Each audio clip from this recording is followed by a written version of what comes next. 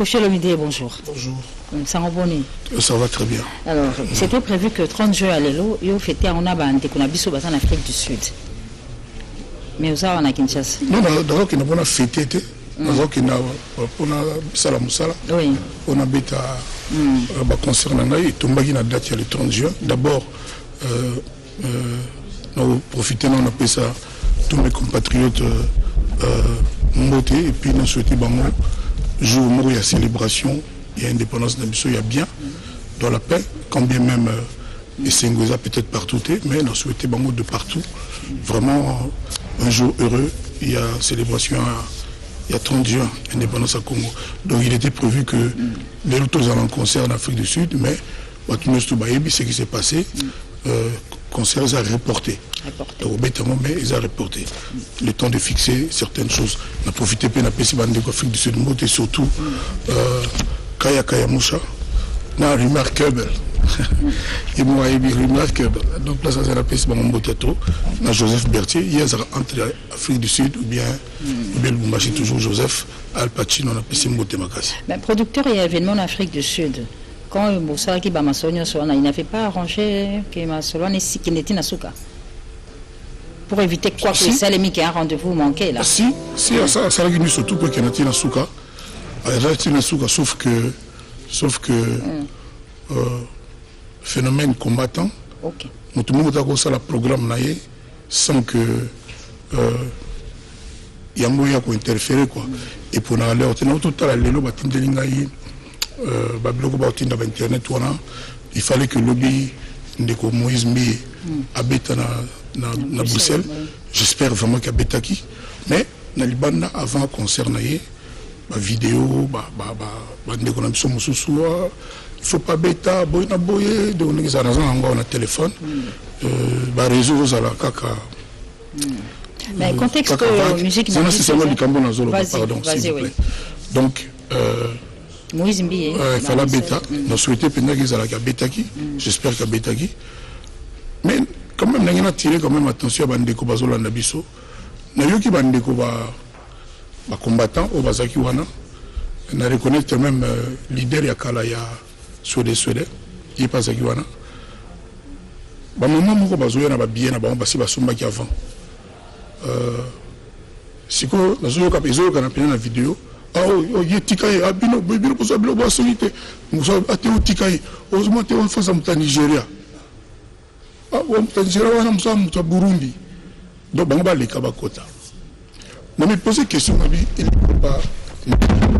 C'est-à-dire pour bêta musique pour la musique, et ça contre-indiqué les lois Yagozala dans la nationalité congolaise. Est-ce que biso bata musique solution est cause à la wanate, c'est-à-dire dans le sens mini. Bon, problème pour biso pour tous un collectif, tous un quand on s'est dit battement ya, tout va na tout raisonner ensemble. Est-ce que cause à la petite solution, biso tout le lobby tout le monde na biso ba chanteur congolais. Donc comme on a absolument sur chanteur bien Braza, toya Kenya Tony. Le fait qu'il y a aux congolais, peut-être que ça la réponse c'est toujours bêta. Je sais pas, la raison on a eu qu'il l'élo. Parce que maman on a zoya non boutique bato baza na suite bato batali lien wana passe bali ba ima gamona oloba. Alors non on fait ça bata Nigeria. Donc tikai kuna muta Burundi muto ya Kenya. Ça veut dire quoi? Ça veut dire que et puis même dans le festival ça dit bazo le bac non bato même so babeta na bango et puis il y a producteur wana bato babeta na bango mais Moïse Mbi ka betati pour y na festival wana le ya kuna ba japonais ba uruguayen ba angolais mais le quoi Moïse Mbi azende ko na ça Congo yende abetati et lui ko laksa nini et puis maman il est là on a na poto le dimanche banzimbo bena biso beta partout oyebi parce que banzimbo ba kofi comment bena ba concert ba truc ba futaka ba tout ça ba fali tout ça ba zaiko ba bayaka et banzimbo ngo betaka tant banzimbo ngo zo beta par batuana kongo zaka ndenge zali c'est-à-dire ceux qui biso mo ba kola banzimbo na biso to lobi ki to ya beta banzimbo na biso na minute to zo beta kongo zo sala nini nini zo beba to nini zo la régler pour biso to yembi banzemo na biso Bon, ils ont débat moi ma casse. mais quand même, moi j'ai bon espoir bandi aussi là. Mais et loko ils allaient na likanisi ils allaient essentiel. Jour où bisoba ta musique tu vas comprendre que tout ça peut bloc. La bande à début de la fin parce que trop c'est trop. Au-delà de ça, la musique est le Kuma Congo. Oaza Nigeria à l'Eka, Oaza Burundais à l'Eka, Congo à l'Eka. C'est-à-dire, est-ce que toujours le Kuma Congo, les autres, 59e année, on a toujours indépendance.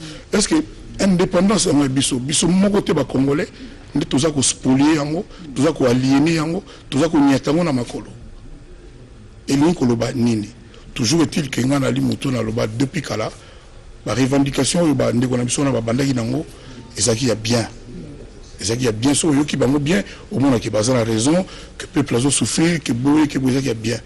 Mais ceux qui bouquent émissaires et comme un musicien, alors que bateau balambe la politicien bazali, docteur na bango soignera bango bazali, avocat ba défendre bango bazali, basi balinga bango bazali, bateau ba serveur bango bilo kolia bazali, car ba musicien et comme le roi moi likambo mususu.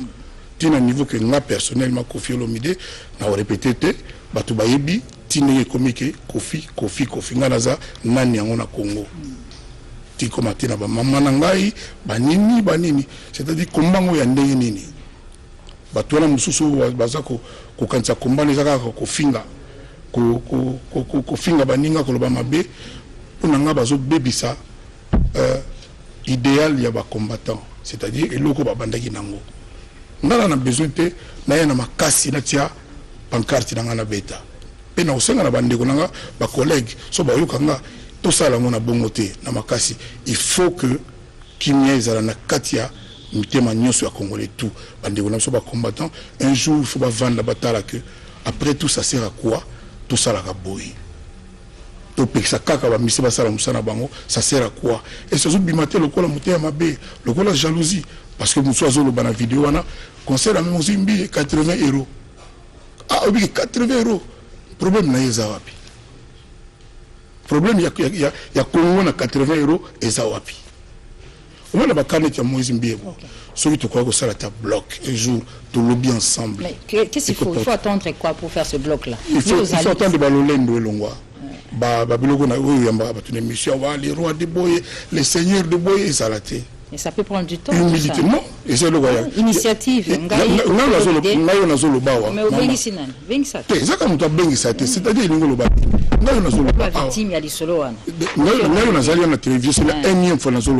c'est la énième fois tout ça battu batamaye les bali na ba musicien congolais lobi na kinanda kuna vie sozi kasea. OK, maestro. Tout solo la kinaye ndika na lobande pas zoloba. C'est-à-dire à part concurrence loyale, il y a des musiciens, il y a moyen sans que tous aient des copains, sans que tous aient un copinage, des familiarités que tous les gens ensemble, tout le monde, tout le monde peut régler ma biso ensemble. Tant que tout le monde n'est pas président, tout le monde tous ensemble. Mais si on a des chaos et oumeli, est-ce que toujours comprendre que parce que combattant moi il m'a le bakiango, tant maintenant il m'a combattant à Paris, bon mon avis, ma vidéo. Alors bakiango d'abord boyo kana pété, il a raison. Tout kana pété tété, et zande ba excès d'ego, ba lolendo moko boye, ba ni munda mtema kanze monaye, ça dit il y a moyen que on dit mamuninga nona ba défaut naye. Pour mutazangi défaut azate. Il y a moyen moko moko yebaki ah au collègue nanga za ba défaut mais na tiango na pembeni total o eza utile pour la culture ya Congo. Ce n'est pas le cas aujourd'hui et c'est malheureux. Mais tous y en a une salle Cambouana. Kofi a initié. Kofi a initié. Tu peux sa date, tu peux sa date, c'est un lieu. Beaucoup de temps. Tu peux sa date, tu peux ce lieu. Bon, Bandego, Tokutana Nanda, comme Mamie là, mercredi. Mamie est musicien. Tu es et ça, il y a un maman musicien, on va battre. Ça me fait un peu de à tous les habitants qui ont la télé, tout est aéré. Au moins, il y a si vous avez un Congo, il y a un Congo. Oui, à Congo. Au moins, tout ça, tout ce cas. Alors, sous Kakaboli, comme toi, tu es assuré sous la dérision. C'est-à-dire, il y a des choses-là où il faut tous à bras le corps, puis tous sérieusement. C'est-à-dire, il y a vraiment moyen de s'en sortir. Pour la première fois, on a fait le milieu. D'ailleurs, le Congolais normal a commis une musique religieuse. pour la première fois, c'est-à-dire qu'il y a un argument combattant au Bimisa. Mais déviation là, et tu as Kofi, tu as passé pratiquement 3 mois à la poteau. Après un long séjour, déviation, pour oublier au départ, séparation, on est noble. Mais déviation et côté, mais côté n'est le connu. Parce que pourquoi on s'attaque seulement à vous, les musiciens, alors que nous, le lobby, cuisinier, avocat, tout suspect, pourquoi seulement vous? Quelle est la gangrène? Moi, prétexte, c'est que non, et béba, que quoi la raba musée, et tika la kaka la musée, le quoi yombo, moko boy, que ça l'année. Et quoi que vous allez, mais je me tromper. Oui. Et quoi que vous allez, train de vie à un musicien congolais. C'est-à-dire, vie na biso. Peut-être que ça va battre sous les msou passi. Parce que moi, on a bien la jalousie, c'est un système humain. Et c'est le mot yaga yango moko. On a eu qu'à passer un procès pendant des années. Alors ça va voiture, ça va boy. Alors ça voiture, na zona voiture na na tongo so na suko na démarrer on a bimi. Suko yondo zo talanga na voiture nanga. Et comme que ngana zo la sa voiture, lelo mutoko la fali. Azaki musicien ya Kofi Olomide, akoma patron, akoma lelo champion de musique en Afrique oyo. Mutumoko respecté, respectable. Ono yinayi pour l'année. Ya beta ayimbra président moko azata. Neti baliki na biso na wana bazali belé et puis même bateau to yembra ki ba wera nani ba mama chala ba futa biso mbongo poto yembati eza musala na biso bateau to ko beta ba mariage. OK. Ndeni to yeba ke muto abiso bala aboma batu boye azalaka boye asa to yeba nini tout ça la prestation de service so ezaki bongo te même batu et pas babalaka na basali na bango ba olinga te muto na salaka na Uganda ko ke patati ba olinga ba ya wana te vi na biso muto parfait azate muto ya parfait azate lelo zo sa on dirait ba ta parfait na Congo comme na bango ba combattant bango ba yebi tout bango ka bana raison et oyo ka ono banzi ko na bino wana iso bebisa bana so ba pemi siko musique ya Moïse Mbiye bebisa bana na nini. Et Moïse Mbiye, sincèrement, on a parmi bateau Pinda, depuis quelques années, star ya solo au Congo bimi ces ayewana. Popo nanga beta akara musique. Siko banze mona ye nga na yokati lelo. Et ko bebisa mwana ya mutu na nini. Obaki na devant ça, babo ya beta etc. Et puis soko lingi musique ya mutu te, po bebisa bana na yo. Kokina musique te, koyoka mo pete. Mukolo ko bala benga basoda batambolaka ko tia musique te to mukomana na ozo diplôme ton anniversaire na yo ezali mawa. Moi encore une fois je le dis ici clairement, je respecte combat. OK. Ya bande ko na biso na je respecte parce que au début tant bandaki ngana bandoka makambo ya solo ya vrai makambo na bango. Mais lelo ti okoma ko comprendre na mama ya Kofi Olomide. Attaque tu Kofi en bon, n'a pas bolo baga Kofi, boy. Mais Kofi pas ça la malade belete. Et puis de toutes les façons, Kofi vous doit quoi? À travers Kofi, les autres musiciens, ils vous doivent quoi? Basalibino nini. Musicien nini akena na beni na ba Uganda kuna boma mutu. To asimila ki soda moko munduki. Musicien nini.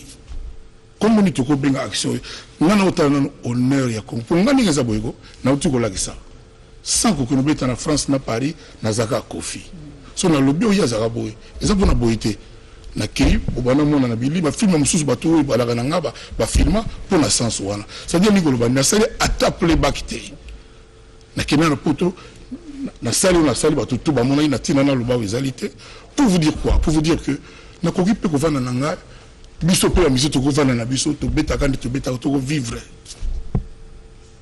pe kaka mais tout à la culture pe honneur dignité en mboka na biso parce que ce qui se passe aujourd'hui dignité à Congo est bafoué ils ont mabélé le 30 juin j'ai mal au cœur de devoir le dire pour le reste n'a à la positif les gens de Banda les 6 c'est-à-dire Ebimaté les gens de légende légende oui et Banda les 6 et Banda élection et lui kolobake et lo waliboso c'est-à-dire premier nzembo nango après esclave ou to betawa comme nango pipipi et au beta et au banda le 6 c'est-à-dire au bimana 18h na ba YouTube na ba blo wana ba 10h ba tout ça donc ba mafulu Mafulari Mafulu, Tuturo, Sandra, Angelo Central, Bazo travailler na Christelle Mongaya et au Banda, donc le 6, Batouba Ganzimba Liboso. Ils ont featuring avec mon amour comme que Black, et puis sur Ibena, mon amour comme NASA. Bateau, Lelo, Babano, Babimi, Lelo, Baté, couleur mot de la musique. Donc, Banana Bayaki, vraiment avec amour, avec Pi. Lancement à légende. Un extrait d'image, je peux vous benga, c'est quoi ce mot? Rapidement, Pi, qui annonce légende. Pi. Oui. Le 6 juillet à 18h. À 18h, il y a un bimi, donc Batouba s'est réservé. Souka, les gens de Sidi. C'est un tumtanga, ils sont dans le studio. Souka, il y a son mouton, il y a Sololi. Comme Bissot m'a été bêté, tu regardes ma solo, normalement, anniversaire le 13 juillet. Mais le 13 juillet, partout, on a occupé pour samedi. Batouba Bala.